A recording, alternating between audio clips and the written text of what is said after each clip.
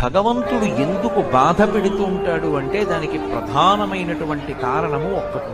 గత జన్మలలో ఏదో పాపం చేసినది ఉంటుంది. ఆ పాపం ఎవరికి తెలుసంటే మనకి తెలియదు. కానీ ఆ జన్మలో జీవుడు ఏం చేశాడో భగవంతుడికి తెలుసు. అది చిత్రగుప్తుడు.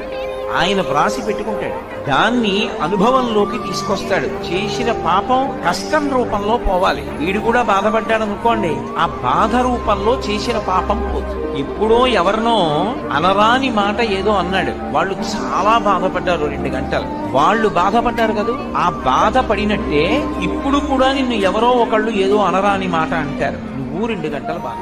ఈశ్వరుడు గత జన్మలలో చేసిన పాపాన్ని దృష్టిలో పెట్టుకుని ఫలితాన్ని ఇస్తాడు. గత జన్మలలో చేసుకున్న పుణ్యాన్ని దృష్టిలో పెట్టుకుని ఫలితాన్ని ఇస్తాడు.